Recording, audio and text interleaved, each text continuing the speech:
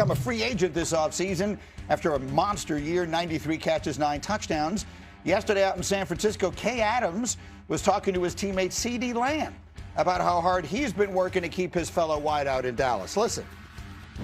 How much behind-the-scenes work are you doing to keep him there? A lot. Tell me. Because everybody in my face is trying to recruit him while I'm standing right next to him as if I'm not. At the Pro Bowl? Yes. Tell me who. I want to know Micah who. for one.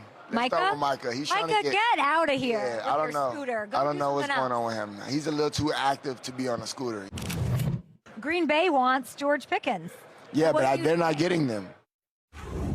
So obviously, I mean, a little bit of fun there, but the reality is George Pickens' agency is the same one that represented Micah Parsons last year. We all saw how that went, up to and including Jerry Jones saying he didn't know who the agent was, even though he's one of the best-known agents and best-connected agents in the sport. And so here's, CeeDee Lamb, we're recruiting. I mean, I think some of this isn't good fun, but there is something consequential about it. No, absolutely. And if you're the Dallas Cowboys, the ace that you're holding is the franchise tag, because to CeeDee's point, you don't want him going to the Green Bay Packers. He makes that receiving crew or receiving core so much better. What he did for Dallas this past year was absolutely, it was just an impressive feat. The issue with this, though, is how much money are you going to assign? CeeDee Lamb's already being paid, Dak's being paid.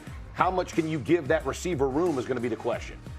The number one priority is the defensive side of the football. Yeah. Look at the two teams in the Super Bowl, top 8 in total defense. You look at the Dallas Cowboys last season, 30th in total defense, 32nd in pass defense, and 32nd in points allowed, allowing 30.1 points per game. Yeah. If you can't stop a nosebleed, I don't give a damn if you score 32. If you give up 33, you're going to lose the ball game. You're right. But I think it's hard.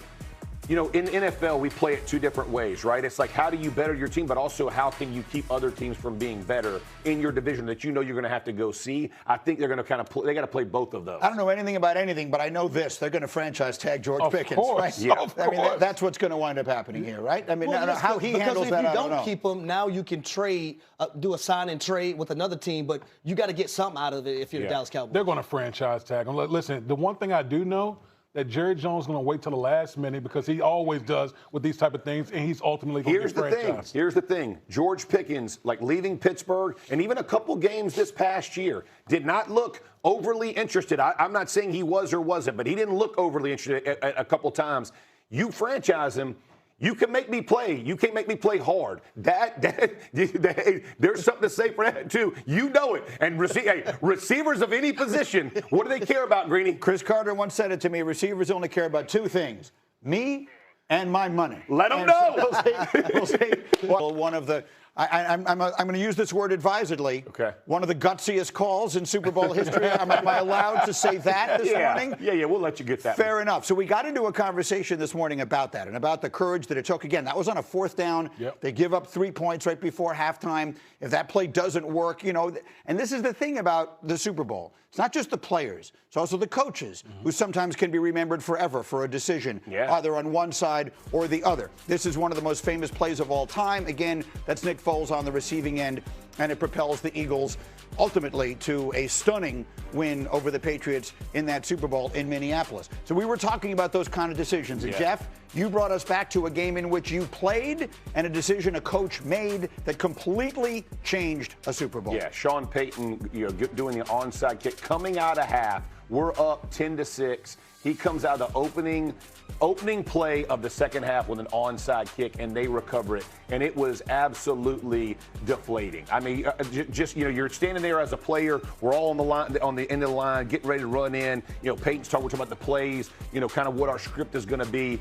And you hear the crowd, because you're not really paying that attention. Typically, you're looking down, and you see it. You look at the picture, you're like, you got to be kidding me. And I can remember, Sean Payton, giving the first down sign, going the other way, walking up and down. That is the gutsiest call by far I've ever seen. Because you knew you had to steal a possession, and that you were willing to do it coming out of half. Think about our offense. You're giving us the ball at the 50. It ain't like it is today, bro. We start on the 20. That's a massive yardage difference that he gave up. It was a huge call and ultimately won the game. I would also add, the belief that Sean Payton had in his kicker to execute it and for the kickoff team to recover it, that was massive as well. You got to have some some massive acorns to Yes. be able to say, we're going to do this to start the second half in a Super Bowl, and it worked out for And them. I would say, like, the percentage of getting that is probably less than 5%. And so to do that at that moment in that game, you got to have. See, though, in that moment, it's higher, though, because it's by surprise. Today, your chances are almost Right, 'cause you zero gotta because announce you it. have to declare it and Yeah. all that. But a surprise onside kick to start the second half, legendary, obviously. Again, looking forward to the 30 for 30. Meanwhile,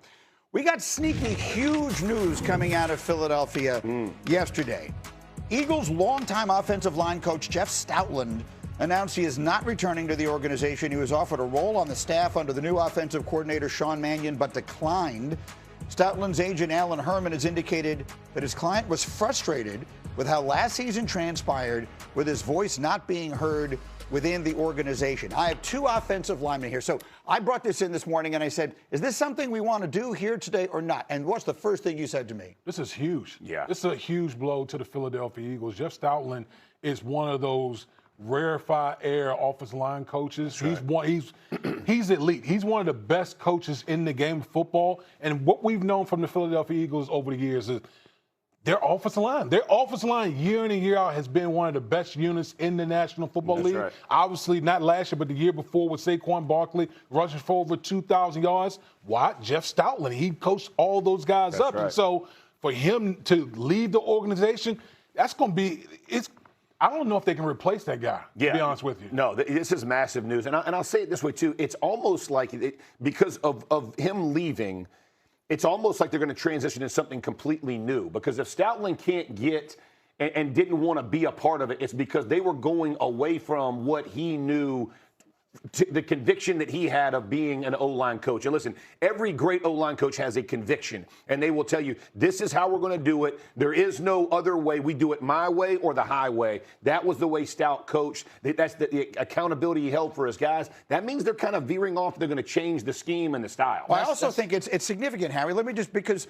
we talk about the dysfunction on that team and the questions and the reading of the books and all the cryptic posts and everything else that happens. I mean, here's, again, an offensive line coach whose agent is saying that he was frustrated with how last season transpired with his voice not being heard within the organization. The level of dysfunction has reached a point where the offensive line coach said, I've had enough here. Something's just not right. Well, Greeny, I remember it was a few weeks ago, and we were talking about the Philadelphia Eagles and why they haven't hired an offensive coordinator at that time. Yeah. And I said, is Nick Sirianni going to give whoever is coming in full autonomy over that offense? That's right. I think this is another step in that direction of, okay, Sean Mannion, you're coming in. We know you have this implemented system that you probably want to run.